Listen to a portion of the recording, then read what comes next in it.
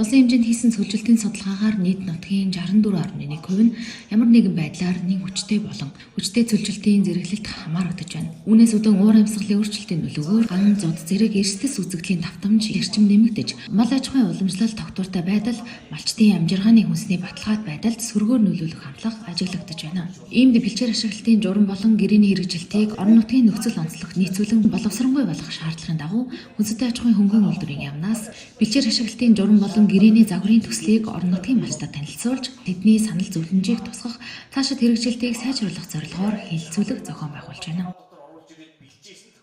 Улсын хурлаас малчин эрхийн нэгдсэн холбооны эрх зүйн байдлын тухай хууль гээд хуулийг баталсан. Уг хуулийн дагуу бол энэ дөрвөн улирлын бэлчээрийг малчин эрхийн хангалтлагч холбоо сумын засаг даргатайгаа 15 жилийн хугацаатай гэрээ байгуулж ашиглах ийм эрх зүйн орчин бүрдсэн байж байгаа. Ингээд журмын төсөл, гэрээний загварын төсөл юмнуудыг хүнстэй аж ахуйн үйлдвэрийн яамнаас боловсруулад одоо ингээд малчдаар хэлэлцүүлэх ажил эхлээд явж байгаа. За ерөнхийдөө бол малчид нэлээд тийм байр суурь итгэвчтэй илэрхийлж байна. Учир юу гэвэл энэ олон мянган жилийн туршид мал аж ахуй эрхлэгчдийн уламжлалт арга барилд нь бас нэлээд өөрчлөлт оруулах.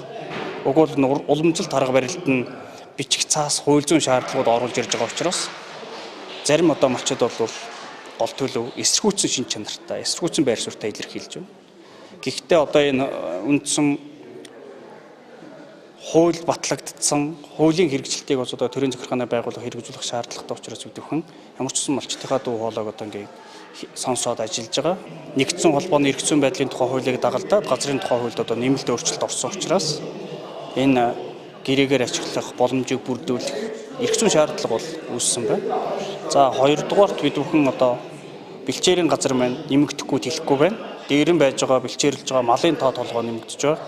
Тэгэхээр энэ нөхцөлд одоо байгаль орчин хамгаалах, малчин ахуйхаа одоо ахуй амьдралыг хадгалах, хамгаалах орлогыг нэмэгдүүлэх зорилгоор энэ алс хэдтэй ирээдүйд бэлчээртэй байхын тулд, бэлчээрээ хамгаалахын тулд энэ нүүдлийн мал аж ахуйг авч үлдэхийн тулд зайлшгүй одоо энэ нийгэм эдийн засгийн өнөөгийн хөгжилтэд нийлүүлсэн, хөл нийлсэн байдлаар бэлчээртийн харилцааг зохицуулах, ашиглалтын хамгаалтанд нь зохицуулах юм бодит шаардлага үүсчээд байгаа.